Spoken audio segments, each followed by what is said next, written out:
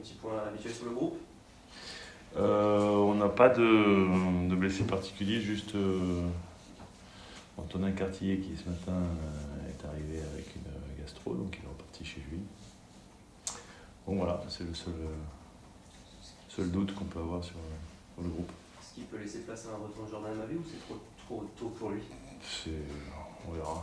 C'est vrai que c'est un peu tôt pour moi, mais après si Antonin ne peut pas être disponible, ça peut être une possibilité. On vient d'apprendre que Marco serait avec les Pays-Bas dans une semaine à un retour. Ouais. C'est forcément gratifiant pour lui, c'est mérité aussi, j'imagine, quand tu vois la saison qu'il fait. C'est vrai que nous, en tous les cas, c'est un gardien de but qui nous donne beaucoup de garanties. Donc c'est vrai que quelque part, ça fait plaisir de voir que... Et de par ses performances, et je pense aussi de par les performances du club, qu'il puisse retrouver la sélection. Donc je crois qu'il n'avait jamais été sélectionné depuis qu'il est à Brest. Donc voilà, c'est la preuve que Brest peut faire aussi des potentiels sélectionnés. Il y a Bradley Locaux aussi qui a été... Bradley qui a été rappelé en espoir. Luc Zogbé qui a été appelé avec les U23 à Côte d'Ivoire. Et puis après, Camo et Steve. Mais ça, c'est plus classique avec le Bénin et le Mali. T'avais un petit peu, tu pensais à Lasmelouia qui n'était pas en équipe de France? Non. On avait parlé dimanche. Non, mais j'ai dit que moi, presque, il pourrait mériter une sélection par rapport à sa saison et puis par rapport à ses qualités. Et si je l'avais dit, c'est parce que je le pense sincèrement. Après, j'imagine bien que Didier, quand il sélectionne quelqu'un, c'est qu'il faut aussi une projection. Il sait travailler aussi sur le futur et que forcément, il n'a pas le profil idéal. Voilà. Est-ce que la défaite à Lens a changé quelque chose dans les têtes, dans l'entraînement? Pas du tout. En tout cas, j'ai pas l'impression, sur la semaine de travail qu'on a faite. Maintenant, on pourra en reparler dans les prochaines semaines si effectivement on a une baisse de régime. Maintenant, non, on se prépare, on se projette sur ce match de Lille avec beaucoup d'envie, beaucoup d'ambition, beaucoup de motivation aussi, et beaucoup d'humilité parce qu'on a vu cette équipe est une équipe très forte en Coupe d'Europe notamment. Et on sait que c'est un des gros clubs de notre championnat, donc à partir de là, ce sera un gros challenge pour nous. Justement, tu parlais de ça, le fait d'avoir joué en Coupe d'Europe déjà au cours de la semaine d'avant. Tu as dit à plusieurs reprises que jouer tous les 3 jours, c'était pas le même sport. Ouais. À quel point ça peut être justement une clé dans ce match, le fait que vous ayez plus de temps pour récupérer comment ça peut jouer aussi dans cette... Je dis que c'est pas le même sport et c'est pas la même organisation de club. Et qu'aujourd'hui, nous, par exemple, on ne serait pas du tout taillés pour pouvoir vivre ces enchaînements de matchs. Après, Lille, on a l'habitude. Et ils ont les effectifs aussi. Et on a vu hier que 5 joueurs sont partagés une mi-temps pratiquement. Donc 10 joueurs du coup, puisqu'il y a les 5 changements. Donc ça veut dire que Paulo Fonseca, qui est un très bon entraîneur, il a aussi réparti les temps de jeu pour que les joueurs aient de la fraîcheur sur le match de dimanche. Donc je ne table pas sur le fait qu'ils soient fatigués, surtout qu'en plus c'est le dernier coup de rein avant quelques jours de repos, bien mérité pour tout le monde je pense, avant le sprint final. Donc non, je pense que ce serait une équipe de Lille qui va être très ambitieuse, qui va être physiquement au point, et les joueurs qui vont jouer, pour beaucoup, auront pas participé, je pense, au match en son intégralité contre Sungras. Donc à partir de là, je pense que ça a bien été géré. Et leur match aller, en plus leur belle performance du match aller, leur a permis justement d'avoir cette gestion. Donc c'était forcément un avantage pour eux.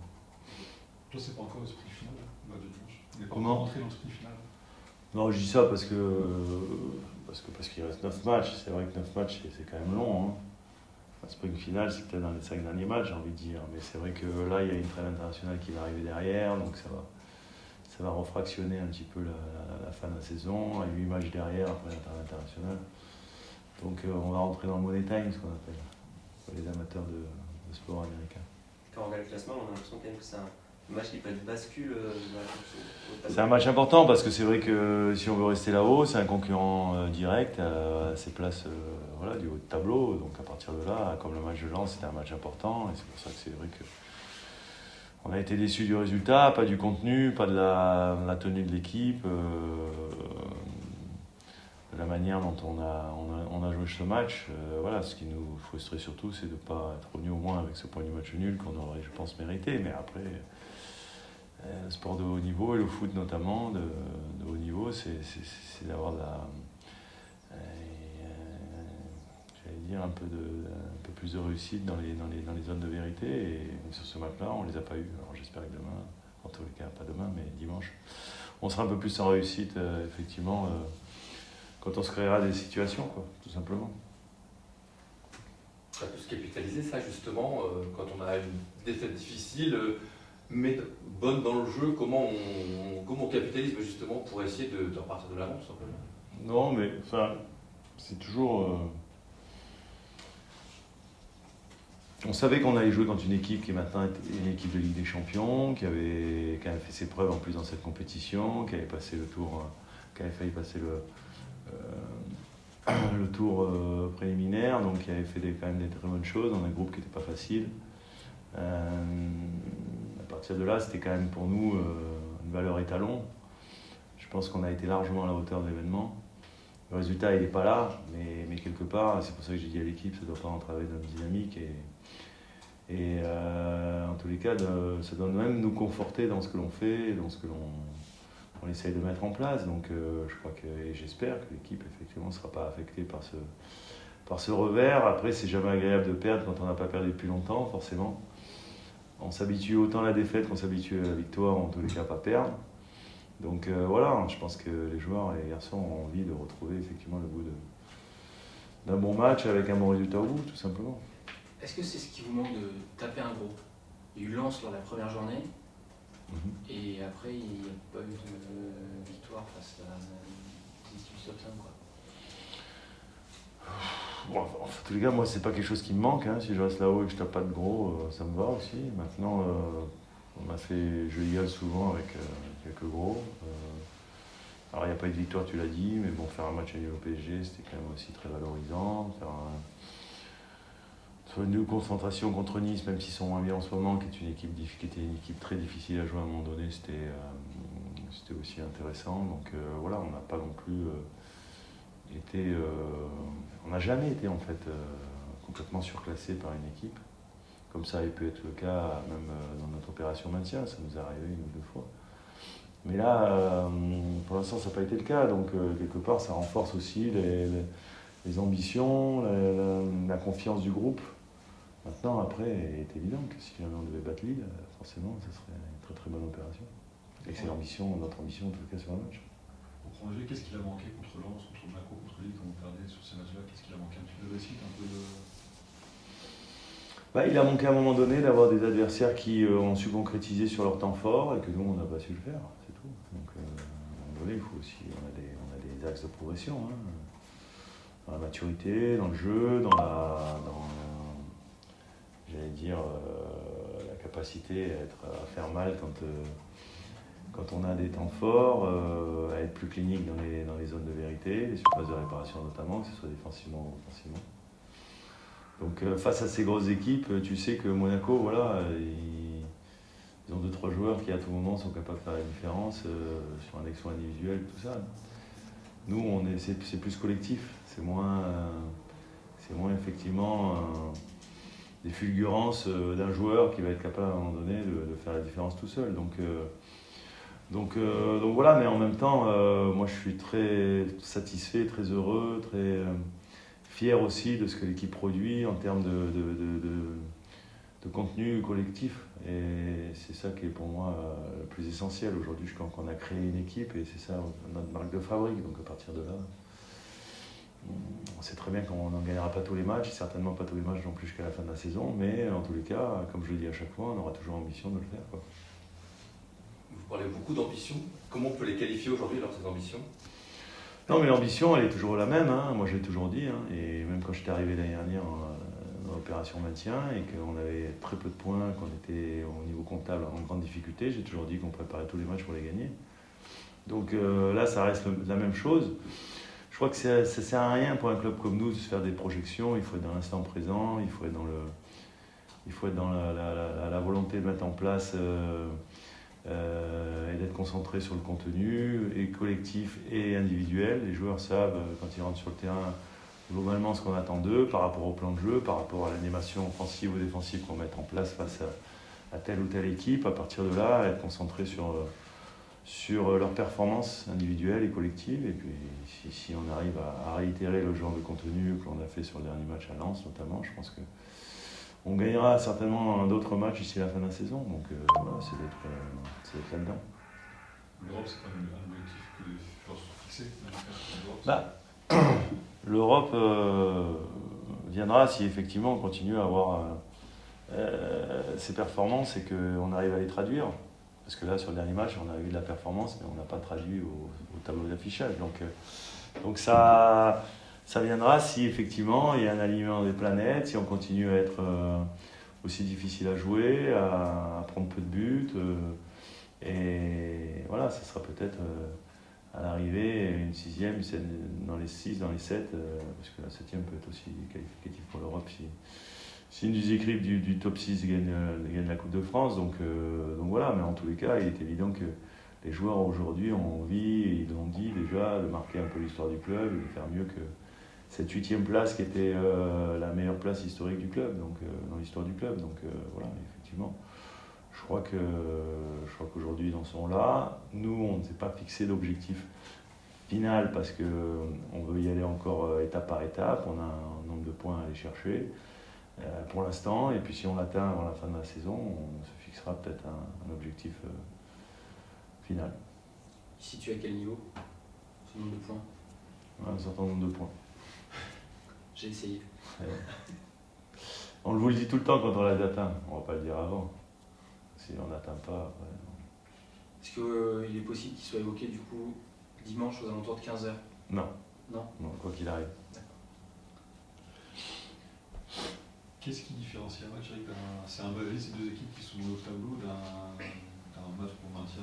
Est-ce que c'est l'intensité? Est-ce que tu sens que ça monte en gamme quand même en termes d'intensité, de dynamisme? C'est-à-dire par rapport au match. Quand c'est deux équipes de haut tableau qui se jouent, est-ce que Ouais. tu sens une différence que quand vous affrontez l'équipe qui joue le maintien ou deux équipes qui jouent le maintien? Est-ce qu'il y a Il est évident que je pense que le match, si je compare le dernier match qu'on a vécu à Hublé contre le Havre, c'était une équipe qui était venue certainement pour se rassurer, pour essayer de nous faire déjouer. Voilà. Je pense sincèrement que lui sera un match différent demain. Il y aura effectivement la volonté aussi pour les Lillois, c'est presque à eux de venir gagner le match. Parce qu'ils sont derrière aujourd'hui. Et que quelque part. Donc certainement qu'il y aura effectivement une volonté des deux côtés, de notre côté bien sûr de gagner, mais de leur aussi de leur côté. Donc à partir de là, il faudra effectivement jouer. Et effectivement, à partir du moment où tu as des matchs, des équipes qui se livrent, tu as plus d'intensité, tu as plus de... Voilà, le volume de course sur le match de Lens, il était bien supérieur au volume de course sur le match du Havre, parce que quand tu joues contre une équipe qui joue tous derrière, tu as moins d'espace, tu as moins de possibilités d'avoir des transitions, tu as moins de possibilités aussi d'avoir effectivement des courses avec plus d'intensité. Donc voilà, forcément, plus tu montes de niveau, plus tu affrontes des équipes fortes, plus effectivement tous les curseurs sont plus élevés. Maintenant, aujourd'hui, on a su répondre à ce niveau-là pratiquement contre toutes les équipes contre lesquelles on a joué, même face à cette équipe de Lens, qui est certainement une des équipes les plus intenses du championnat. Donc restant là-dedans, ça fait longtemps qu'on essaie de cultiver ça, nous à l'entraînement, tous les jours. Et aujourd'hui, c'est vrai qu'on le traduit assez souvent en match, donc c'est vrai que c'est comme je le dis souvent, pour nous, ça, c'est très valorisant. Il y a un joueur en face, c'est Jonathan David qui marche sur l'eau. Moi, je crois que c'est le meilleur buteur européen en 2024, je crois. Ouais. Il y a une défense, vous avez pris 2 buts à l'objet depuis 5 matchs sans le championnat. Est-ce qu'il y a, Pourvu que ça dure. Comment on gère ce genre de joueurs? Il y a eu Abjour aussi, Avance, David, c'est des joueurs qui sont quand même costauds, qui font beaucoup de jeu. Bon, il n'y aura pas de plan anti-David, il y aura 2 défenseurs centraux, enfin 4 défenseurs, des milieux de terrain qui seront là aussi pour, au-delà de lui, de peut-être essayer de couper aussi les relations. Voilà, ils ont une animation qui est forte avec Zegrova, avec lui, Ralston qui commence vraiment à prendre la pleine mesure, je pense, dans notre championnat. Donc, je ne sais pas qui sera aligné, mais bon, on verra. Mais en tous les cas, il est évident qu'on sait qu'on aura ce magnifique attaquant canadien forcément face à nous et qu'il faudra effectivement être très performant pour pouvoir l'empêcher d'être encore un joueur déterminant pour son équipe, quoi, tout simplement. Le match face à Lille inaugure une série de 3 matchs après, enfin encore 2 matchs après à 13h. Est-ce que ça change quelque chose ça, dans la préparation du match, dans les habitudes? Non, disons que c'est toujours un peu un heure un peu délicat, mais on a joué quelques matchs à cette heure-là. Bon, voilà, on s'adapte, et il faut toujours le faire. Non, pas particulièrement. C'est vrai qu'après, c'est pas plus mal pour nos garçons qui font le ramadan, notamment, parce que ça leur permet d'avoir moins de temps entre le dernier moment où ils vont manger, c'est-à-dire quand le soleil se lève, donc du coup, et où ils vont boire. Donc pour eux, ce sera, je pense, peut-être plus confortable. Donc voilà, dans tous les cas, nous, quel que soit l'horaire, on s'adapte. On s'est adapté de situations où on nous a fait jouer contre le PSG, par exemple. Nous, on avait joué 3 jours avant, le PSG n'avait pas joué. Voilà, donc... mais c'est pas pour autant qu'on n'a pas essayé de jouer notre chance à fond quand on a joué le PSG dans un enchaînement de matchs qui était en plus pour nous assez... qui était inconnu, c'est un peu l'inconnu pour nous, quoi, de jouer souvent tous les 3 jours. Donc voilà, donc à partir de là, capacité d'une équipe, c'est aussi d'être capable de s'adapter, donc on essaiera de le faire. Je parlais des gens qui font le ramadan, dans certains clubs ça a pu parfois causer des soucis, des débats. Comment ça se passe le reste de ces relations avec les joueurs? Très simplement, comme ça s'était passé déjà l'année dernière quand j'étais arrivé. Juste avant le ramadan, on a dans les petits discours qu'on a tous les jours avant l'entraînement pour présenter la séance ou des choses comme ça, des fois on évoque des thèmes. Et là, forcément, comme le ramadan est arrivé, on en a parlé. Nous, on a la volonté, nous, staff club, de respecter de toute façon toute forme de croyance. Et c'est vrai que les joueurs qui souhaitent faire le ramadan, pour moi, ça ne pose pas de question, pose pas de problème. La seule chose que je leur dis, c'est que je leur fais des préconisations, éventuellement de pouvoir manger le jour du match, parce qu'ils ont la possibilité après de reporter. Mais que s'ils ne veulent pas le faire, parce que c'est leur volonté, que c'est leur spiritualité qui s'exprime comme ça, ils ont la possibilité de ne pas manger. Donc voilà, c'est juste des préconisations. Après, il y a un cercle médical qui est là en place pour essayer de les aider du mieux possible.